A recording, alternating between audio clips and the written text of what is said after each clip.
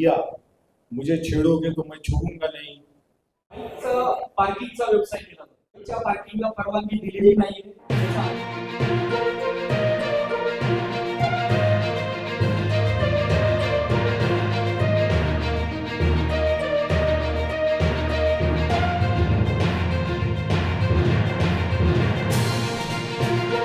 नमस्कार, मैं दीपा सिंह और आज हम लोग मौजूद है अस्मिता क्लब में, जहां कांग्रेस के कार्याध्यक्ष मुजफ्फर हुसैन ने एक प्रेस कॉन्फ्रेंस रखा है और उस प्रेस कॉन्फ्रेंस में उन्होंने हमारे जानकारी के मुताबिक वो 3 मुद्दों पे बात करने वाले हैं, जिसमें से पहला मुद्दा ये यहाँ के जो आमदार है उनके ऊपर उन्होंने कंटेम्प्ट ऑफ कोर्ट का दाखिल किया है, और दूसरा मुद्दा ये है जो भाईंदर वेस्ट की नमक की ज़मीन है उधर अवैध तरीके से जो पार्किंग होती है उसके ऊपर दूसरा मुद्दा होगा, और तीसरा मुद्दा उत्तन का जो डंपिंग ग्राउंड है उस पर रहेगा। आइए जानते हैं मुजफ्फर हुसैन ने इस बारे में क्या कहा। 2019 में जब वो पहली बार आमदार बने थे तो 2014 से लेकर 19 तक मुजफ्फर हुसैन के ऊपर टीका करने के लिए कुछ नहीं था. तो आओ जाओ उमराव हॉस्पिटल के ऊपर बोलते थे, वो सच बोलते थे झूठ बोलते थे, वो उनको ही पता. मगर हमको ये लगता था कि झूठ बोलते हैं, समाज में लोगों को गलत बातें फैलाते हैं. और इसीलिए फिर आखिर में 2019 में मैंने आज तक कभी भी इस बात को मीडिया के सामने नहीं बताया, क्योंकि मेरी आदत नहीं है कि हर आदमी के बारे में उसको समाज के सामने नीचा दिखाया जाए.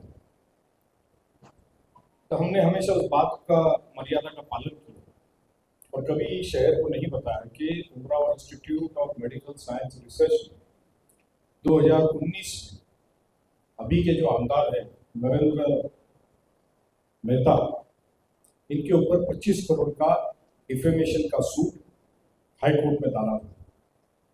और वो सूट में इन्होंने जो कुछ गलतियां करी वो लिखा गया था, बताया गया था.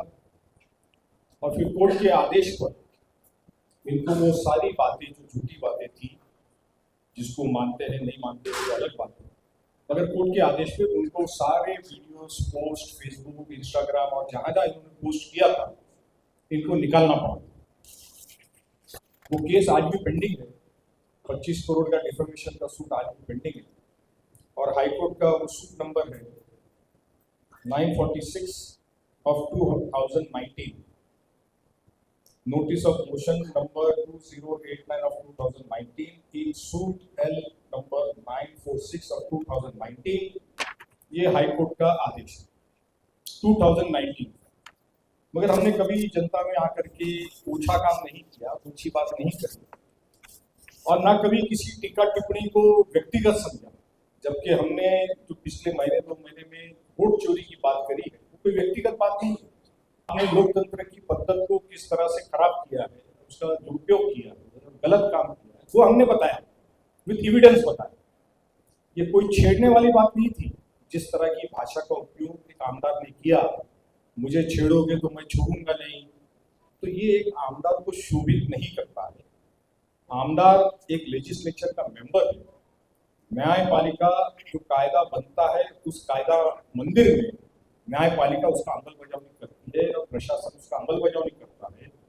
और ऐसे स्थिति में अगर कोई एमएलए ये कहे कि मैं किसी डिफेमेशन वगैरह से डरता नहीं हूँ, मुझे कोई फर्क पड़ता नहीं है, तो यकीनन आपको कोई फर्क नहीं पड़ता है, क्योंकि आपके इलेक्शन के एफिडेविट में कई सारे क्रिमिनल और सिविल और दुनिया भर के केसेस आप पर हुए हैं और आपको ना कायदे की पड़ी है, ना कानून की पड़ी है, ना सच्चाई की पड़ी है.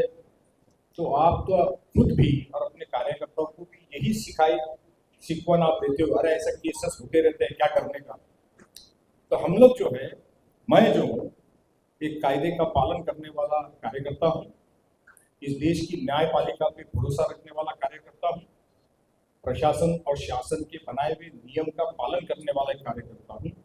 और इसीलिए जो बातें उस दिन उन्होंने प्लेटफॉर्म पे करी उनके दिवाली मिलन के दिन, वो एक कंटेम्प्ट होता है हाईकोर्ट के निर्देश. कंटेम्प्ट. तो हमने हाईकोर्ट में उनके ऊपर एक कंटेम्प्ट पिटीशन कल फाइल करी है, जिसका लॉजिंग नंबर है 36944 of 2025, notice of motion L number 2089 of 2025 in suit number 246 of 2022.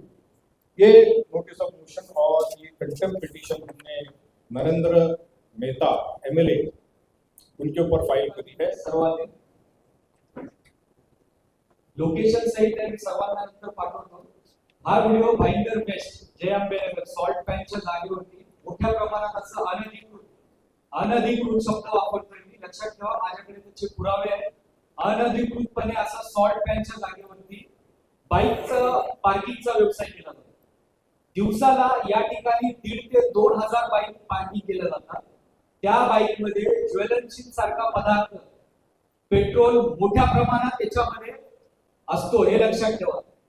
याच अनुषंगाने आपण सर्वांना माहित असेल, काल रात्री म्हणजे जवळपास परवा रात्री 12च्या सुमारास कनककिया परिसरामध्ये महानगरपालिकेच्या रिझर्वेशन जागेवरती, आरक्षित जागेवरती अनधिकृत शेड बांधून तिथे मोठ्या प्रमाणात आग लागली। त्याला जबाबदार कोण आहे? तर याच अनुषंगाने मी मागच्या 2 महिन्यापासून भाईंदर वेस्टच्या सॉल्ट पॅनच्या ठिकाणी जे अनधिकृत बाईक पार्किंगचा व्यवसाय चालतोय त्या संदर्भात पाठपुरावा करतोय। माहिती अधिकारामध्ये मला काही पेपर प्राप्त झाले। सॉल्ट पॅनच्या डिपार्टमेंटने तिला कुठल्याही प्रकारची त्या बाईकच्या पार्किंगला परवानगी दिलेली नाहीये। त्याचं अधिकृत पत्र माझ्याकडे, मी आपल्या सर्वांना देत होते। त्यानंतर स्टेट गव्हर्नमेंटचं तहसील ऑफिस कडून सुद्धा मी पत्र व्यवहार केला, त्यामध्ये सुद्धा त्यांनी कुठल्याही प्रकारची आमच्या डिपार्टमेंट कडून परवानगी दिलेली नाहीये असं स्पष्ट उल्लेख केलेला आहे। त्यानंतर आपली मीरा महानगरपालिका जी स्थानिक स्वराज्य संस्था आहे त्यांना सुद्धा मी पत्र व्यवहार केला। त्यांनी लिखित स्वरूपामध्ये सांगितलं की आम्ही अशा सॉल्ट पॅनच्या जागेवरती कोणत्याही प्रकारच्या वाहनचालनाला परवानगी दिलेली नाही। मग यांना परवानगी कोणी दिली असा सर्वात मोठा प्रश्नचिन्ह आमच्या समोर निर्माण होतोय की सर्रासपणे असा अनधिकृत व्यवसाय गेल्या अनेक वर्षांपासून तिथे ते लोक, स्थानिक लोकप्रतिनिधी असतील, कोण दबंग करणारे, काही दबंग, कोणते आपापले वेगवेगळ्या उपमा देणारे नेते कोणता दबाव टाकून तिथे हा धंदा करतायत। त्याच्यामध्ये तुम्हाला अजून महत्वाची गोष्ट सांगतोय की महानगरपालिकेचा काही नियम आहे की महसूल जमा करण्यासाठी काही महानगरपालिकेने, स्टेट गव्हर्नमेंटने काही नियम बनवलेले आहेत। तो महसूल बुडवण्याचं काम सुद्धा कोण करते हा सर्वात मोठा प्रश्न आहे की महाराष्ट्र शासनाला असेल किंवा केंद्र सरकारला महसूल जो मिळायला पाहिजे होता तो महसूल कोणाच्या खिशात जातोय, कोण वसुली करतोय? तुम्हाला मी अजून एक धक्कादायक प्रकार दाखवतो। सर्रासपणे अशा पार्किंगच्या नावाने, आता ही पार्किंगची माझी खिशात घरी प्रिंट केलेली पावती नाहीये, या त्याच्यामध्ये pen parking stand, cycle scooter stand, नाव बघा, कोणत्या व्यक्तीचं नाव आहे? हेमंत शाह। हे मी सांगत नाहीये, ही पावती सांगते। तिथे सर्रासपणे अशी अनधिकृत पावती, हेमंत शाह या नावाने अशी अनधिकृत पावती देऊन तिथे लाखो रुपयाची उलाढाल होते। हे लाखो रुपये वसूल करून कोण भ्रष्टाचार करते? याच्या मागे या संदर्भात मी स्थानिक पोलीस स्टेशन भाईंदर वेस्टला तिथे जाऊन लेखी तक्रार दिली। लेखी तक्रार दिल्यानंतर मला तिथे जबाब सुद्धा नोंदवण्यात आला, तरी देखील अजून तिथे कुठल्याही प्रकारची कोणतीही प्रशासनाने कारवाई केली नाही।